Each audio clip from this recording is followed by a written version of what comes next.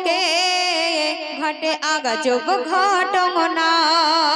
TV মোবাইলের নেশায় এক রূপসী কন্যা পাকিস্তানের বুকে ঘটে আজব ঘটনা। টিভি মোবাইলের নেশায় এক রূপসী কন্যা চোখের পানি যায় ঝরে যায়,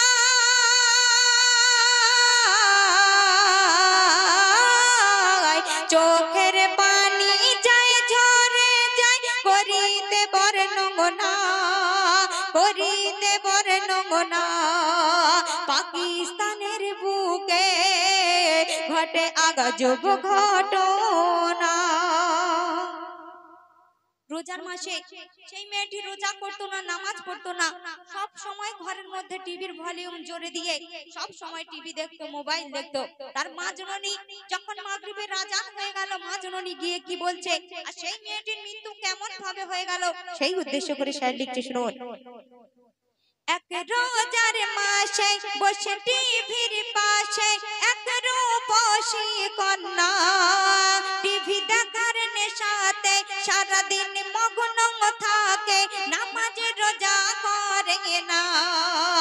ইফতারের সময় মা তারে কয় তোর টিভি বন্ধ কর না, তোর টিভির জ্বালায় সবার নামাজ পড়া দেয়, আজান শোনা যায় না। মসজিদের মাইকে আজান হেঁকে দিল, মা বলে খুকি এবার দরজা খোলো। মসজিদের মাইকে আজান হেঁকে দিল, মা বলে খুকি এবার দরজা খোলো। মা এত ডাকছে, সেই খুকির কোনো সাড়া মেলে না। তারপরে কি ঘটছে শুনবেন। এত ডাকে মা দরজা খোলে না,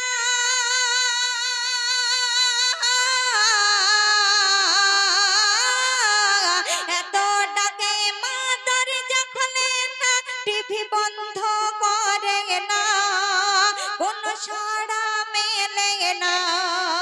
পাকিস্তানের বুকে ঘটে আজব ঘটনা।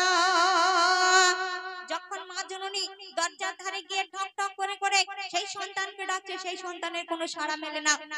গ্রামবাসীরা সবাই মিলে যখন সেই দরজাটা ভেঙে গিয়ে ভিতরে গিয়ে দেখছে সেই মেয়েটি উপর হয়ে ওই জমিনের উপরে মরে পড়ে আছে। আর তারপরে কি ঘটছে শুনবেন। দরজা ভেঙে সবাই অবাক হয়ে যায়, কন্যা গিয়েছে মরে, উপর হয়ে পড়ে রয়েছে টিভির নিচে জমিনের উপরে। শত জনে শত চেষ্টায় লাশকে তুলতে পারে না, কি ভয়ানক দৃশ্য দেখে কেঁদেছে বিশ্ব, লাশকে জমিন ছাড়ে না। যখন সবাই মিলে গিয়ে ওই মেয়েটাকে চাকিয়ে যখন উপরে তুলতে যাচ্ছে, ওই জমিন তাকে ছাড়ছে না। একটা মাওলানা এসে যখন টিভিটা উপর থেকে নিচে নামালো, দেখছে ওই লাশ আপন নিয়মে উঠে আসছে। তারপরে সেই টিভিটাকে এবং সেই মাইয়াতটাকে নিয়ে কি করছে সেই উদ্দেশ্য করে শায়র লিখছে, শুনুন। এক মাওলানা টিভিকে তুলে আনে সেখান হতে, দেখে লাশ উঠে আসে ওই টিভির সাথে সাথে।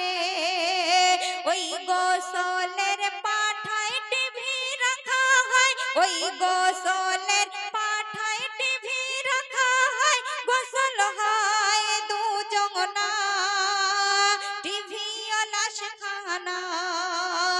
পাকিস্তানের বুকে ঘটে আজব ঘটনা। ওই মাওলানাটা এসে যখন টিভিটাকে উপর থেকে নিচে নামিয়ে দিল এবং টিভিটাকে নিয়ে ওই মাইয়াটাকে নিয়ে যখন গোসলের পাঠায় রেখে দিয়ে ওই মেয়েটিকে এবং সেই টিভিটাকে একই সঙ্গে দুজনের গোসল দেওয়া হলো। তারপরে যখন তার জানাজা পড়তে নিয়ে গেল, সেই টিভিটাকে যতক্ষণ না নিয়ে গেল সেই মাইয়াত সেখান থেকে নড়ছে না। সেই মাইয়াত এবং সেই টিভিটাকে নিয়ে জানাজা পড়ে যখন আধার কবরে রেখে আসতে যাবে, যখন লাশটাকে কবরের মধ্যে বারে বারে রেখে দেয়, সেই লাশ আপন নিয়মে উঠে আসে। তারপরে কি ঘটছে শুনবেন।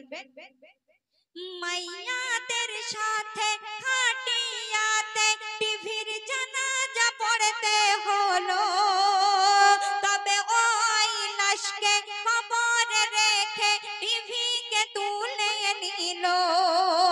কি ঘটে যায় যেই টিভি তুলে নেয় লাশকে রেখে কবরে, লাশ মোড়া কাপড় টিভির সাথে সাথে তখন উঠে এলো উপরে। যখন ওই মাইয়াটাকে আধার কবরে রেখে দিয়ে টিভিটাকে তুলে নিল, দেখছে ওই মাইয়াত আপন নিয়মে উঠে আসলো। আবার সেই মাওলানা বলল ওই মেয়েটির সঙ্গে টিভিটাকে যতক্ষণ না আধার কবরে রাখবে ততক্ষণ ওই লাশ ছাড়বে না। তো যখন ওই মেয়েটিকে এবং সেই টিভিটাকে একই সঙ্গে আধার কবরে রাখলো, দেখলো লাশটা রয়ে গেল, সবাই সেখানে রেখে দিয়ে আসলো। দিন বেদিন সবাই দেখে সিজদায় পড়ে গিয়ে ঈমান গ্রহণ করেছিল। তারপরে কি ঘটছে শুনবেন। তাই টিভি মাইয়াতে দাফন করা হলো, দেখে দিন বেদিন সবাই সিজদায় পড়ে গেল। তাই টিভি মাইয়াতে দাফন করা হলো, দেখে দিন বেদিন সবাই সিজদায় পড়ে গেল। আজ সবাই মোবাইলের ফাঁদে এমডি সামাদুল কাঁদে,